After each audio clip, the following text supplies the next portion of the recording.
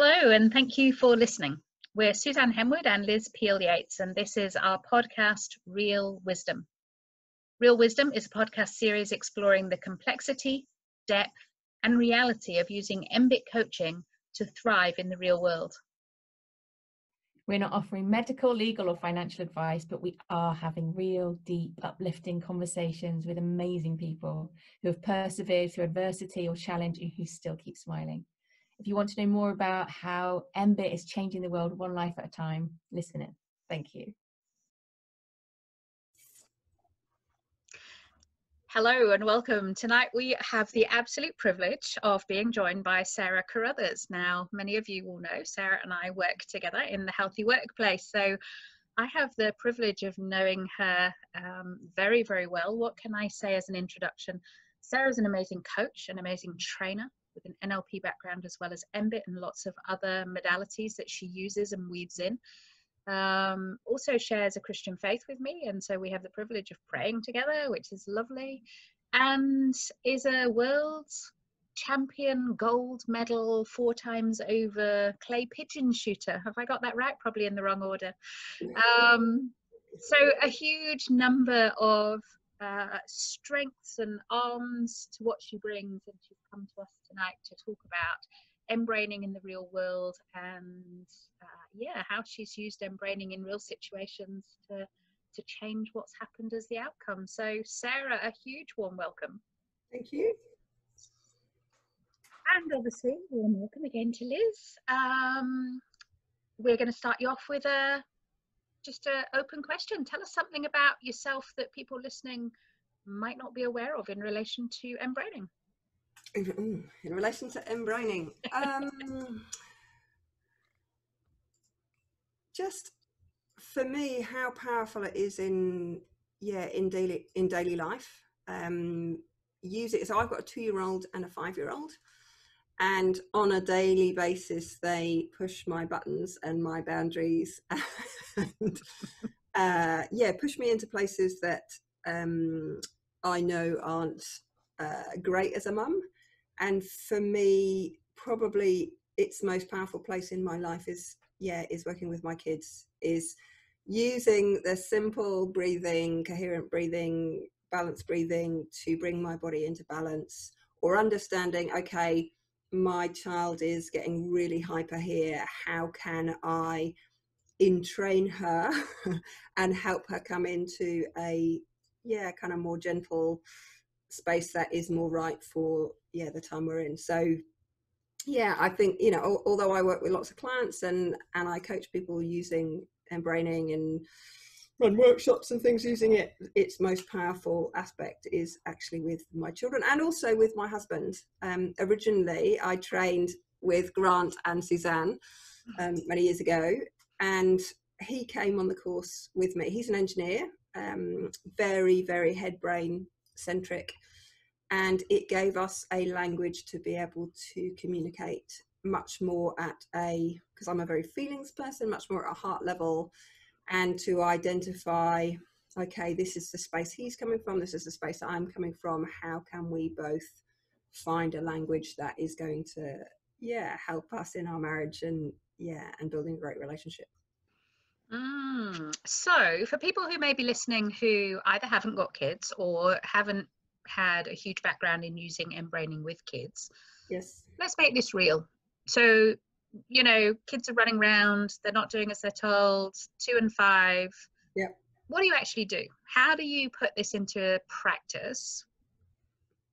Okay, so I'm also a mBraining master coach, so I also use master coach stuff as well as kind of regular stuff. But I'll just give you a little bit of context. My husband is 16 months, I think, now into post-concussion syndrome.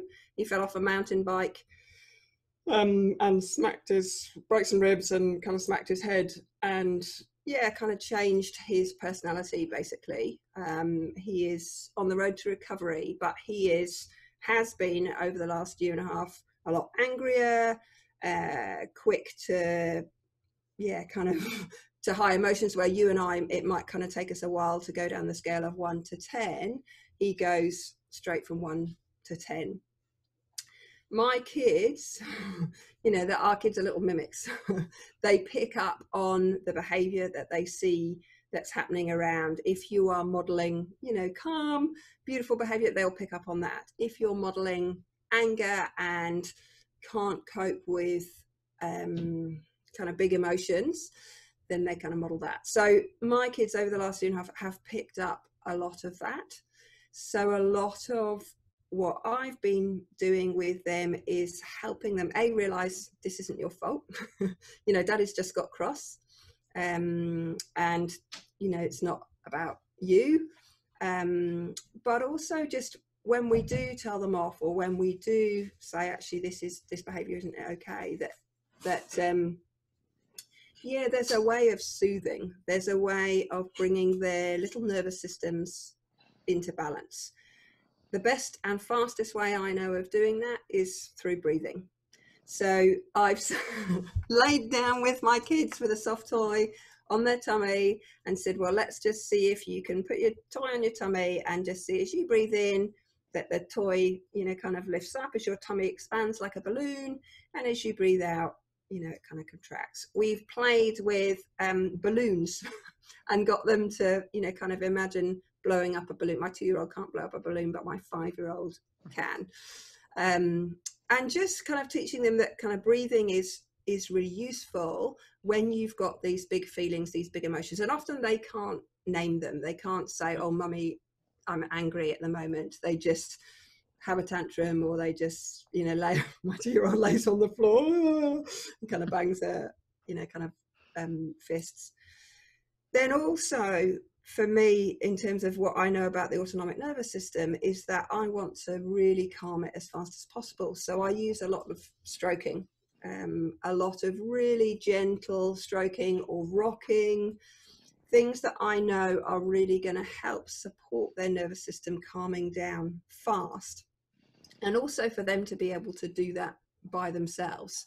So Annabelle, my oldest, I say, look, mommy's going to stroke your arms. Now you stroke mummy's arms.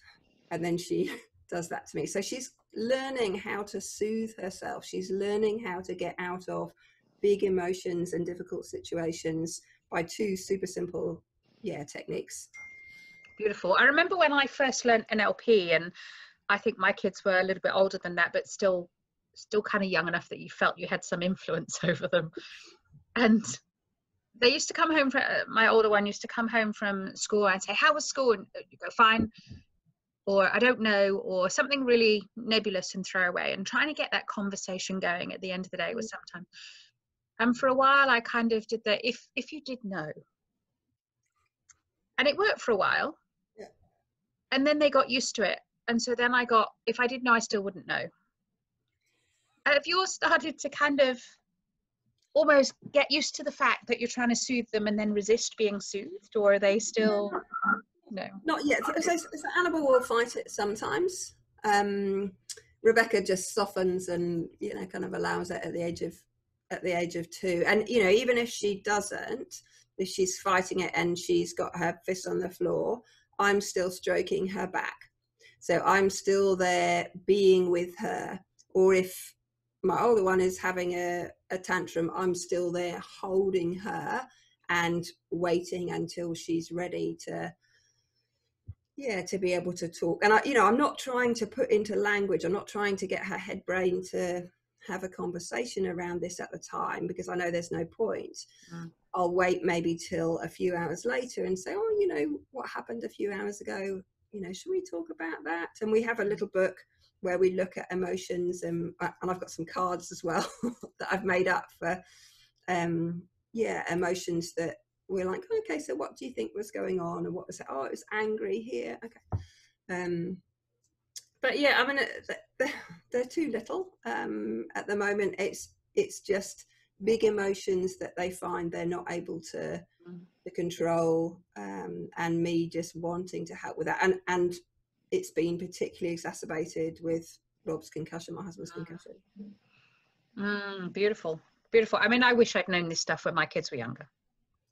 I have to just excuse myself now that they'll find their own psychotherapist and deal with all the problems I created when they were younger. My one of the times in my life where mBraining literally saved my life was both of my children have had acid reflux, and pretty severely. Our first child, Annabelle, she, for the first 3 months of her life, only ever slept for 20 minutes at a time and just screamed the whole time she was awake. We didn't know, new parents, no support systems, you know, it's just my husband and I, there's no family, or none of my family kind of living around here. And I was new to living in the area that we live in. And just had no idea what was going on. Assumed it was me, assumed, oh, it's my breastfeeding, I'm a bad mother, I'm not doing this right, you know, all of those things in terms of doubting yourself.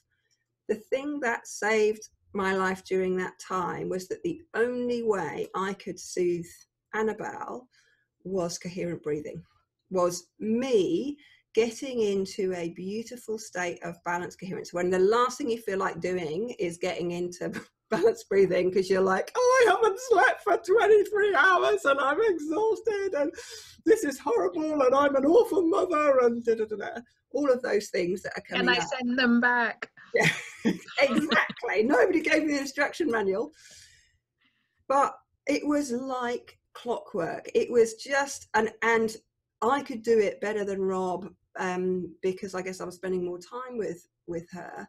But just bringing my breathing into balance, patting my child on the back, and she just went. She was in horrible pain, but yet me bringing my breath into kind of balance, feeling a really positive emotion, compassion, love, kindness, all of those things was what soothed her and soothed me. And even when I didn't feel like it, when I was at the lowest of the low and ready to throw her out the window, that made a real difference. So real wisdom. Yeah. And we could take it into any context. Someone's having a tough time. Their state has gone well off the scale. They're well into sympathetic responding. And you don't feel like bringing it down, because actually you want to express it and rant and let it go. Yeah. How do you come back to that point where you can even begin to bring your breath into balance?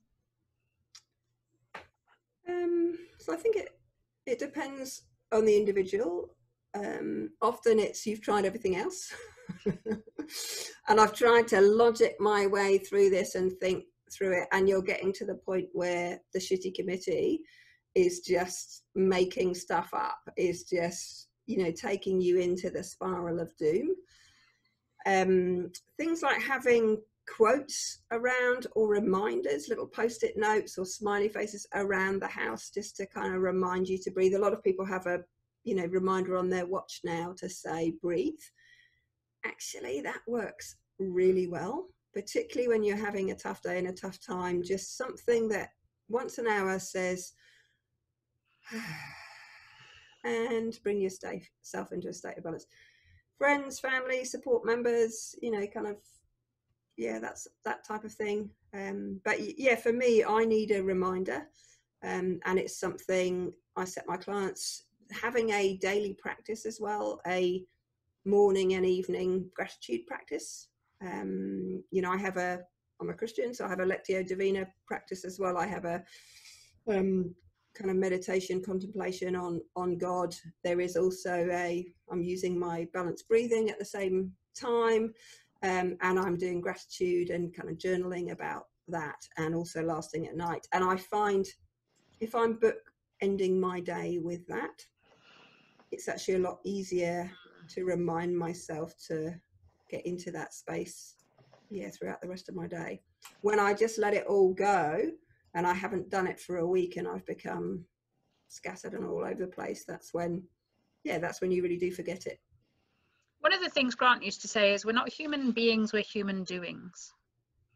And that we don't wait until we feel like we want to do it. We have to take action first. And this is a, stab in the dark, but as a, world-class athlete, I'm guessing there were times when you had to just do practice, or just do routine, or just do discipline when you didn't feel like it.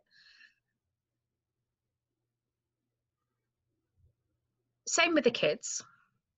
So you don't feel like doing a nice long outside, you kind of want to carry on ranting for a few minutes. How do you engage with that gut to just take action? Because I have the privilege of knowing you, right? And both of us, we get stuff done, right? We'll engage gut and we'll get stuff done. For people for whom that doesn't come naturally, how do you do it? How do you engage the gut and just take action before you feel like it and before you've got any heart-based desire? Well, you kind of cut me off there, because for me, there is such a big why that comes from heart, in terms of what's the reason that I'm doing this. But, you know, I think about, you know, a lot of people who want to, you know, lose some weight, who want to get fit, who want to, you know, feel good naked.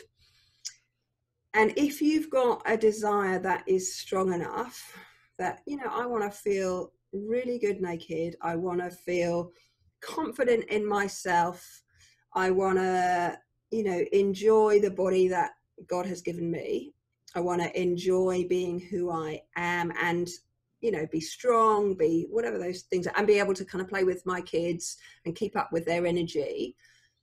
That's such a big heart-based desire and a big why, that then the gut is really easy to kick into in terms of the motivation. So for me, they're very connected. It's very hard to have just gut-based motivation unless it's an away from, unless it's moving away from. Well, be in terms of a kid screaming, it may well be away from, actually. It might just be just stop, just stop. Yeah. And, you know, a difficulty at work, let's say someone's struggling with a difficult relationship at work and they're just, you know, so hurt, so upset, so angry, whatever it is, that initial motivation may well be an away from. Yes. And that's okay. We know an initial away from can be a strong initial motivator. Yeah. So that's a lovely example. And quite often, especially with wanting to feel good naked, that can be an away from, especially if you're really not happy with where you are right now. And for a lot of people, that away from is really strong. Yeah. Excuse me. And especially if you've been in destructive patterns with it for years, how do you turn that into a toward then? How do you shift that and turn that desire into something that then you can take action with? So I don't think there's a short answer to that. I can tell you about, for me, and for working, and for clients that I've worked with in this area, that generally the reason that we overeat, the reason that we have bad behaviors around food or around exercise, is because either there's an emotion that we don't want to feel, that we squash down, something that you're hungering for. So I'll give an example in my life. After a couple of months after Rob first started suffering from concussion, I was massively lonely in our relationship. We've had, you know, he's aware of that. We had conversations around it. He's an amazing husband, and we've had a really amazing connection, and we talked about anything and everything. He's been my, you know, kind of my best friend, but he couldn't give me that. He couldn't give me that connection, that love, that support that I needed. And I found myself, although I was living with this amazing guy that I loved, I found myself feeling really lonely. And in the past, I would often have turned to food. So rather than feeling that loneliness, I would just go, oh, okay, well, I'll eat some chocolate, or I'll drink some wine, or I'll whatever, to kind of squash that down. And for me, understanding that a state physiologically, will only last in our system for 90 seconds. That loneliness will only be there for a while. If I just sit with it and have the presence to go, okay, this is the emotion that I'm feeling. I'm going to name it, and to go, it's okay to be feeling lonely in this situation, and to give myself some compassion and say, yeah, actually, probably other people in this situation will probably be feeling the same thing. And to then just let that pass in its own time, rather than using foods to kind of squash it down. Or I'm also have been very good at this, using exercise or getting busy to distract myself from it. The real key in terms of, for me, gut, is to really tune into, what does my gut actually need now? Genuinely, what is it that it is hungering for? And is there another way that I can resolve that need for love? And having a hug with my kids is a really great way of doing that. Reading poetry, listening to music. You know, there's lots of other ways I can fill. We have my love bucket. We have a lovely book which talks about filling people's love buckets. And for me, you know, in the last kind of 15 months, I've really learned about, well, what other ways can I fill that hunger, where in the past I might have turned to food, where in the past I might have distracted myself, or in the past I might have had a set of behaviors, to go, okay, I'm tuning into my body. I am really coming into balanced breathing and understanding what is the desire, what am I hungering for? And then saying, well, actually, I've got lots of other options rather than food, which if I eat lots of isn't going to enable me to look good naked. But, but yeah. I don't know if I answered your question, but I might have. Yeah, completely. And I think part of it, we're so, especially I think as women, we're so good at denying ourselves what we deeply need. That actually giving yourself that gift of saying, wow, that feels really lonely. I feel really lonely, and that's okay. And other people would feel that. And then being able to give yourself that gift of self-compassion is such a shift from, I shouldn't eat this. It's bad that I eat this. I'm a bad person for eating this. Oh, I've fallen off the wagon again, and kind of going back into that more destructive cycle. That pattern interrupt almost, but that huge gift on top is such a game changer, isn't it? To be able to then use that momentum to keep making more compassionate choices. There's often a, you know, sometimes we need to indulge that. Sometimes we need to give ourselves time to grieve, to process, to really feel those emotions, to have the ugly cry, to, you know, really allow ourselves to go into that place. Where it gets dangerous or challenging is where you continue to remain in that state, and nothing lifts you out. That's where you go into, you know, the depression, the anxiety, the, you know, your parasympathetic or sympathetic nervous system gets used to being in that way of being, which isn't healthy.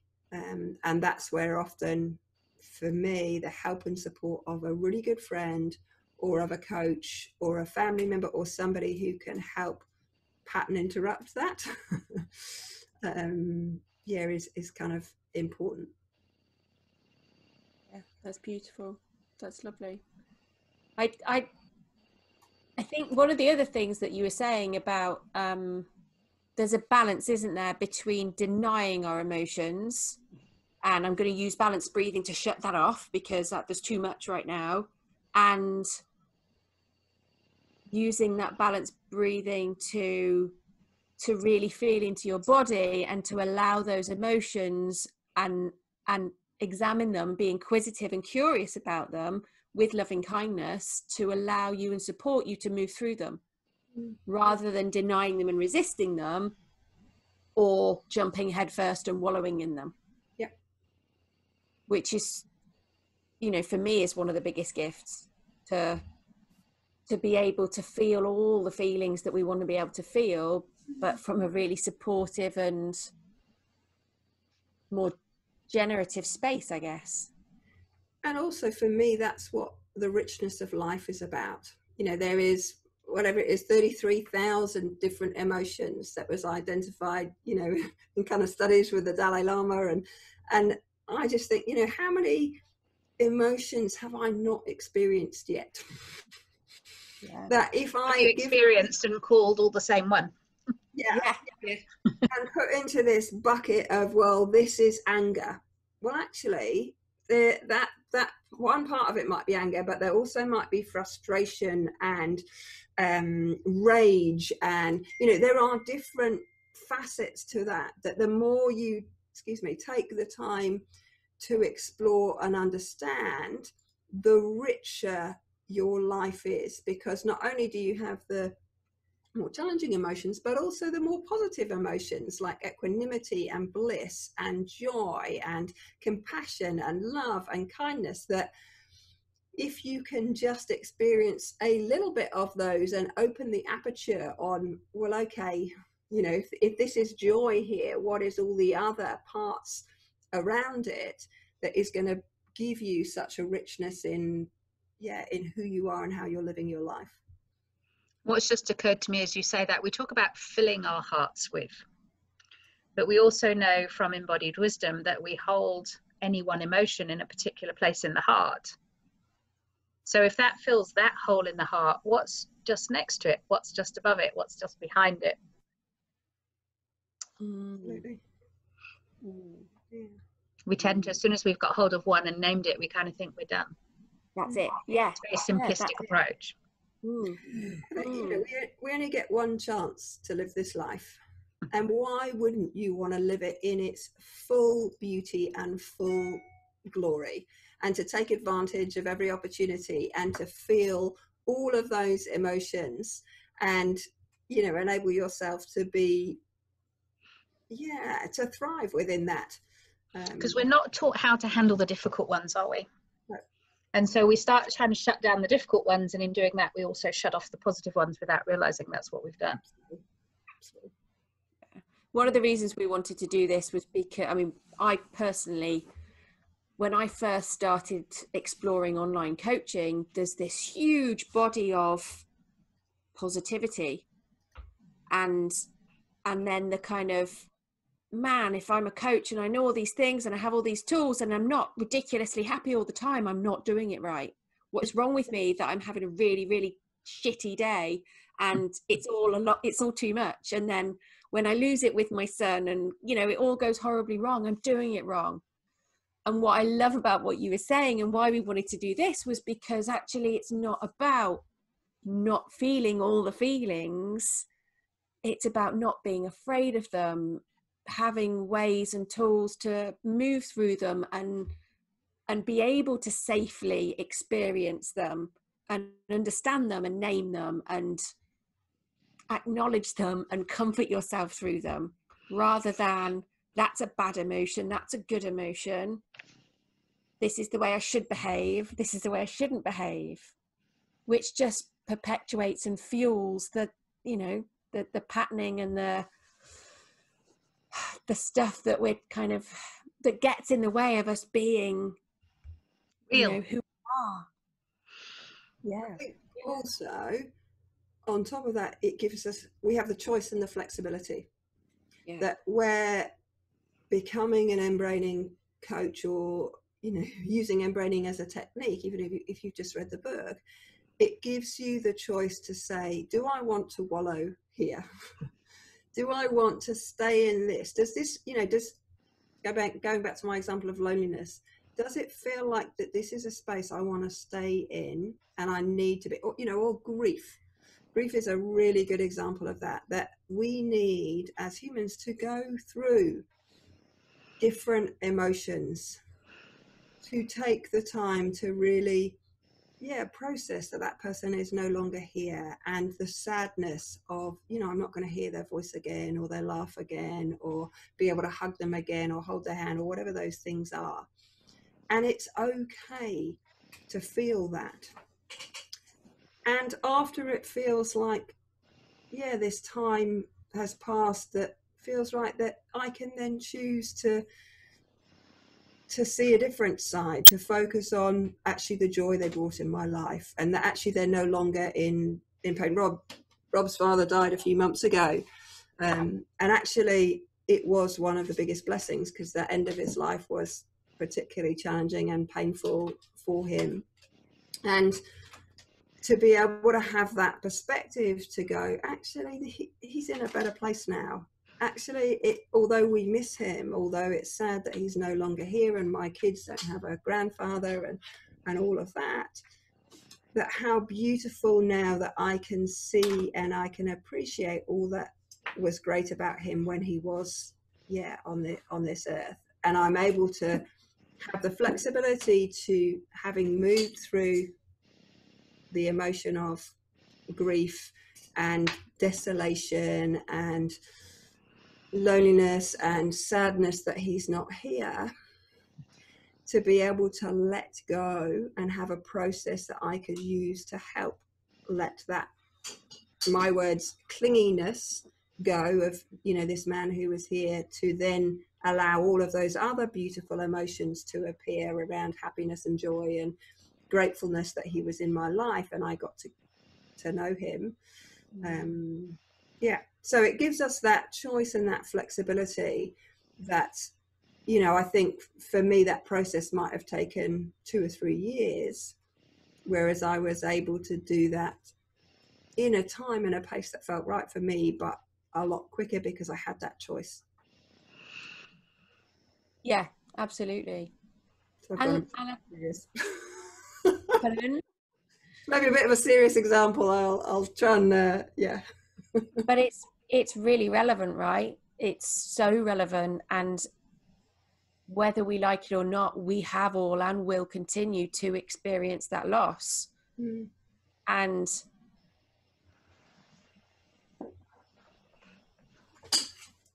being able to respond that way and look after yourself in that time, and like we were talking about, the range of emotions, to be able to feel almost all of those things at the same time as well, and allow them all to have that joy and feel sad almost all at the same time, and not be frightened of those emotions or try and push them away or cling on to them, is such a huge gift and a skill, and shows, you know, that's what we're talking about, thriving through challenging situations, rather than, you know, refusing to go through grief and then experiencing the trauma and the devastation of that years on, or staying in it and then, you know, not experiencing the joy of that relationship that you get to remember and take with you forever.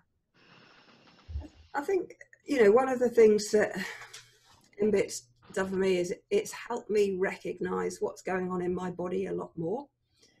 It's you know, as an athlete, I thought arrogantly that I was pretty in touch with my body. No problem generally getting in touch with gut and finding motivation. Was, you know, understood where my muscles were and where, you know, what was working, and hand-eye coordination and those sorts of things. Actually, it's only after the kind of the benefit of hindsight and learning mBraining that, yeah, just realized that I was distracting myself. I was avoiding things, and have now got the opportunity to be able to say, I'm going to stay with this. I'm going to journal about it. I'm going to, you know, go in depth into it, you know, not necessarily in the moment. You know, often in the moment when I'm screaming at my kids, or when I'm, you know, dealing with whatever, you know, challenge, but certainly on reflection, that the following morning or a few days later, I'm then able to process what happened at a much deeper level, physiologically, as well as emotionally, mentally, spiritually. Yeah, which is awesome. So what's been your biggest lesson in terms of, you know, learning from experience of using mBIT with young kids? My biggest lesson, keeping it simple. They naturally understand, heart, head and gut. They may not use those languages, those language and those words, but they do naturally, talk in those terms. You ask my daughter, my 5-year-old, do you want anything else to eat? And she says, Mummy, I'm full up to here. Or, how does it feel when, when I give you a hug? And she'll go, oh, and, kind of often class it just feels beautiful inside, Mummy. So although the language might not be as advanced, there is that natural capability there. The other piece for me in terms of biggest learning is my children have taught me more than I have taught them. If you want to see the perfect model of balanced breathing, look at a baby. Look at a 2-year-old who, my 2-year-old has this lovely big fat tummy that you can see when she's breathing, it just kind of everything expands and then kind of comes back in. And you just think, you are breathing in the most beautifully perfect, amazing way, and I need to learn from you. So yeah, I don't think I have all the answers. I think part of the reason I had kids, is to learn from them, to learn from their flexibility. You look at how fast they go between emotions. 1 minute they are on the floor angry, and then the next minute they're laughing. And you're like, how do you do that? How have you got that emotional flexibility to be laughing and then, you'd be crying the next? And you think, well, if my child can do that, then so can I. That it is that easy to change my state. It is that easy, just based on, allowing my physiology to go to that place, my heart to take me there, my gut to take me there. Okay, you ready for some quick fire? I don't know, depends what the quick firing is. So what's your most profound experience of loving your life to date? My most profound experience of loving my life to date.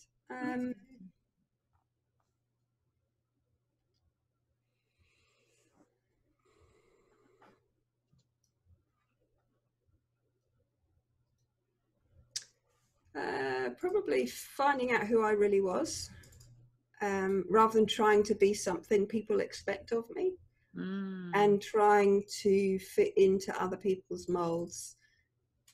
Just being authentically me and being okay with that. Beautiful. Okay, strange one. If an alien were to land in your house tomorrow, Yes. and come and watch you for 24 hours, how would he know you were an mBIT coach, master coach or trainer? Well, for the start, there's a bookshelf full of stuff from Grant and everything to do with vagus nerve and body and things. He'd know from seeing my daily practices. He would know from, I'm assuming it's a he. I was going to say, are all aliens he? He'd know from seeing my daily practices. He would know from watching me work with clients. I'm trained in an awful lot of modalities, and I would say about 70% of the time I use mBIT because it works really well and gets to the real heart, to the real core of what's going on. It goes that much deeper. It works at identity level, and the shifts that come out of that and the wisdom that comes out of it are incredible. And I think it's changed. Well, I know it has changed how I do life. And now I know what I know. I can't not process things in that way. Mark Waldman question. What's your core value? Today, my core value.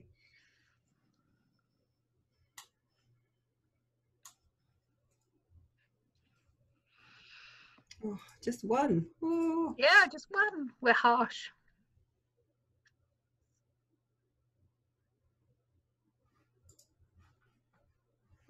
My core value, oh, this sounds so cheesy, is love.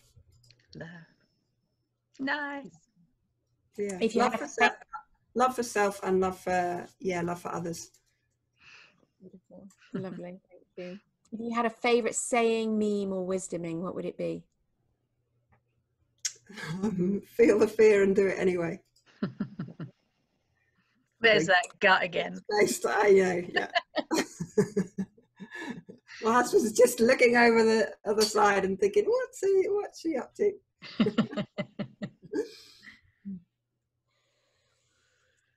What does integrity mean to you? How do you practice it? How do you cultivate integrity? Oh, that was one of the values that came up, actually.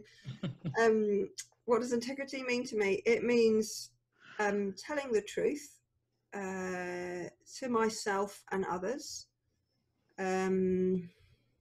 Yeah, just being really honest and open about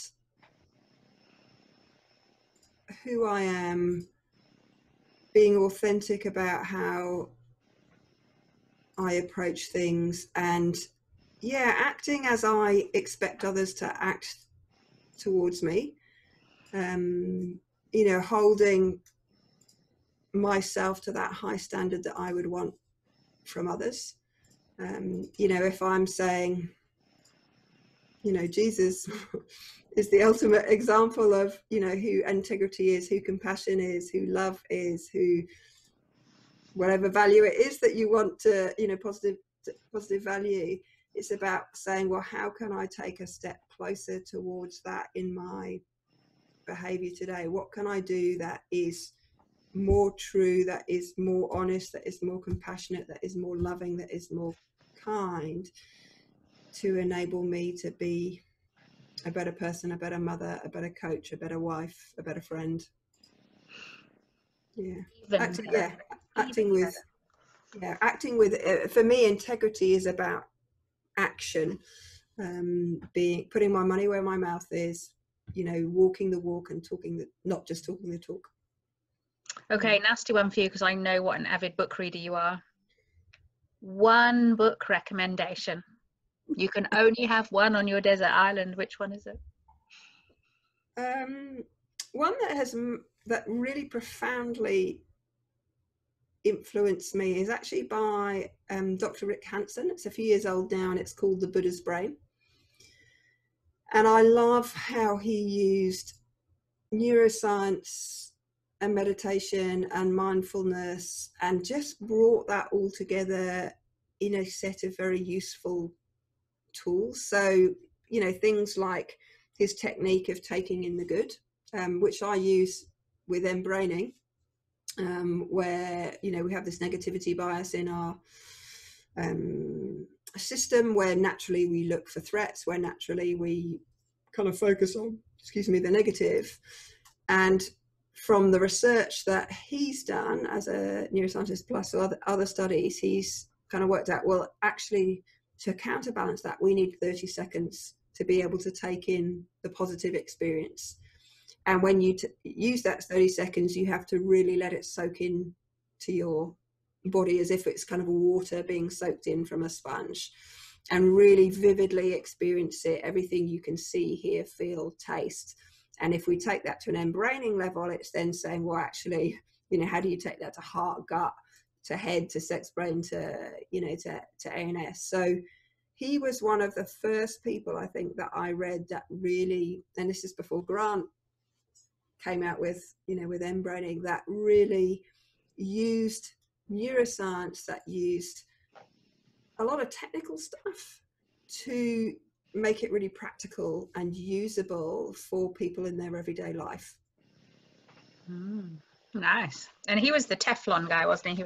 He was, yes. Yeah. So yeah, the negative experiences are like Teflon, and positive, the other way around. Yeah, negative experiences are like Velcro, and positive experiences are like Teflon in a non-stick pan. Yeah.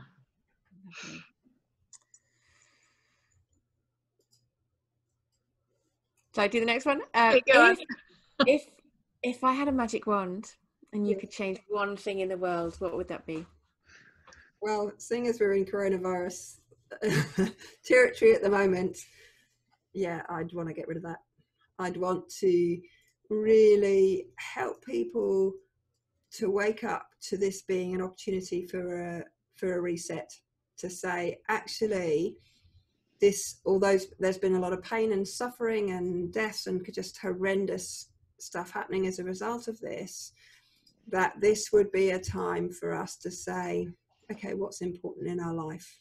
What are the values? What are the things that you want to be focusing on in the coming months, in the coming years, that are really important? Forget all of that materialistic stuff, keeping up with the Joneses, you know, the stuff that you thought was important actually isn't. Loving other people, caring, you know, supporting others in our community, connection, real connection with others, finding your passion, finding your purpose. For me, it's kind of what's important. So yeah, I just hope, wish and pray that coming out of the back of this, that there will be a whole reset in terms of priorities in this world moving forward. You got 30 seconds. What's the most important thing you'd want to tell somebody?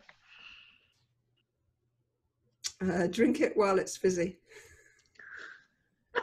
Oh, we've not had that one before.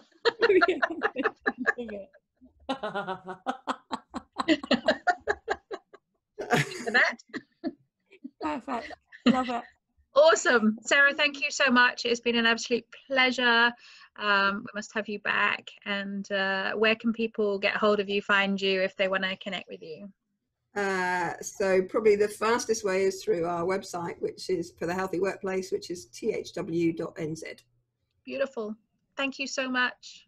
My pleasure. Thank you. Thank you. Thank you.